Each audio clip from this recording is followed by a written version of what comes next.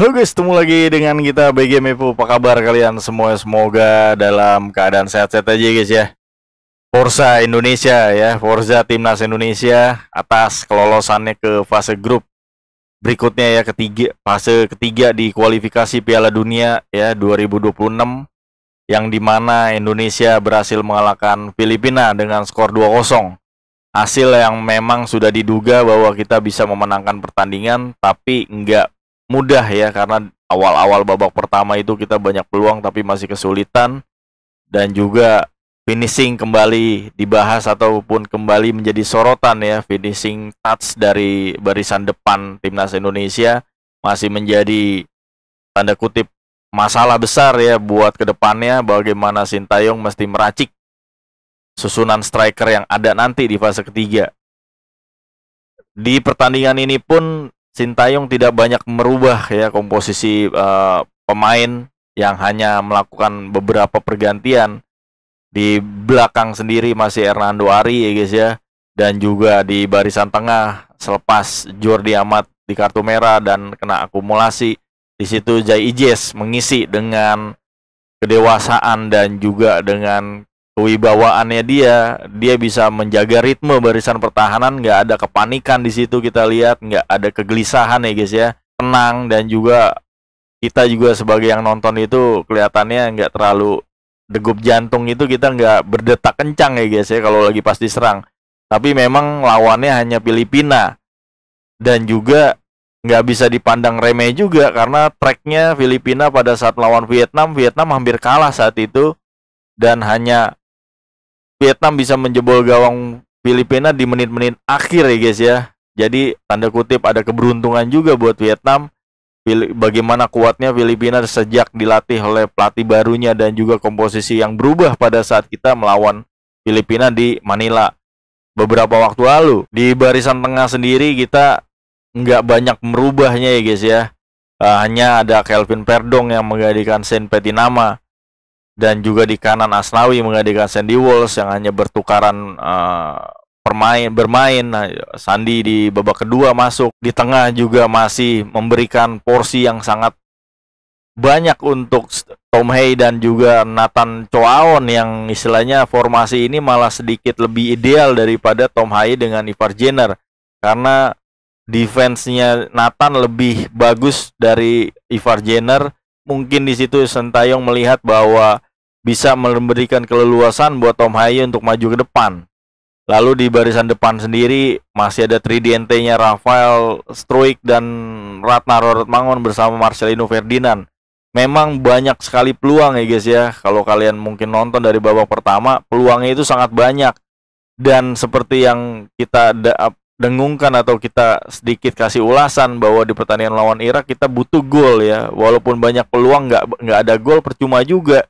Mendingan nggak banyak peluang tapi bisa menjebol gawang gitu ya. Jadi kita bisa ada nafas di situ. Kalaupun kita kejebolan satu, skor 1 sama gitu kan. Jadi intinya Indonesia bisa memanfaatkan peluang, dan juga gol yang sangat cantik dari sang maestro ya, sang profesor, sang metronom barisan tengah atau sang deep playmaker Tom Haye ya, Tom Marinus Haye, yang menjebol gawang atau membuat skor 1-0 dan membuat gol debut di Stadion Gelora Bung Karno Senayan Jakarta, membuat Gelora Bung Karno bergemuruh sepanjang laga, di mana Tom Haye memberikan gol yang sangat cantik ya guys ya, gol yang sangat spektakuler, di mana Kevin Mendoza gagal menghalaunya.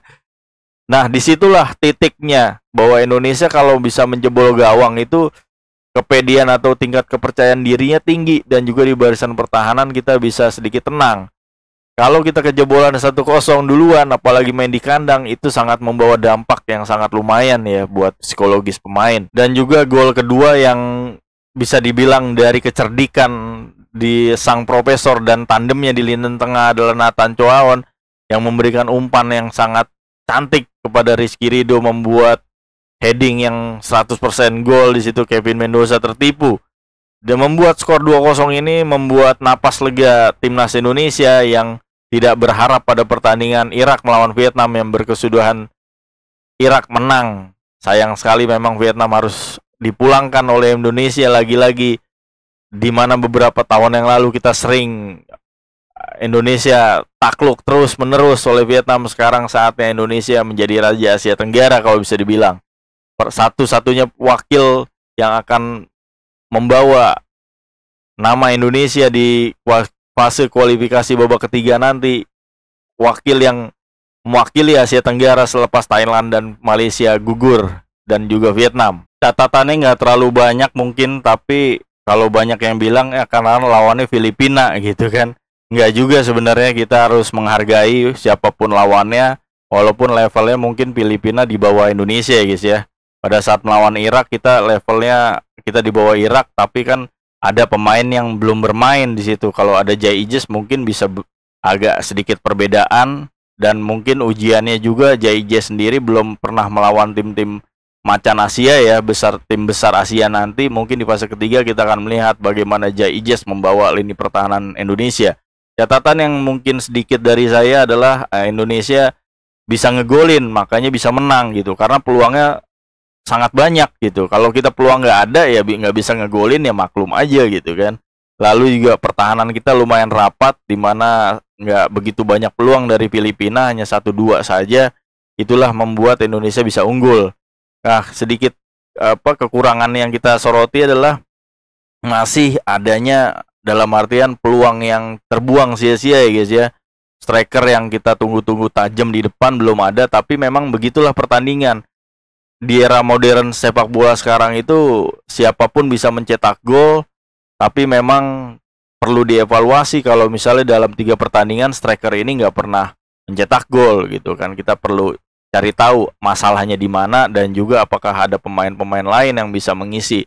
Di jumpa pers lalu kemarin Sintayong mengisyaratkan akan menambah pemain lagi. Kita akan tunggu aja siapa itu pemain yang dalam artian si number 9-nya timnas Indonesia gitu, yang selama ini kita tunggu-tunggu, striker-striker yang memang tajam di depan.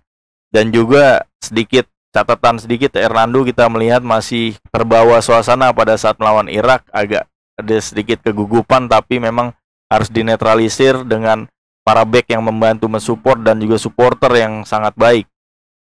Jadi seperti itulah timnas Indonesia akan beraksi nanti di fase ketiga yang akan dimulai di bulan September. Kita akan dukung terus timnas Indonesia.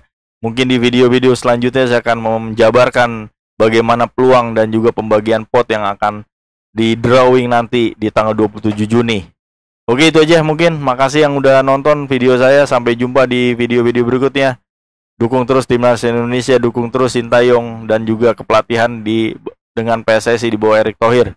Makasih sekali lagi, sampai jumpa. Jangan lupa subscribe, like, comment, share jika kalian suka dengan video saya. Tetap sehat, tetap semangat. Salam sepak bola.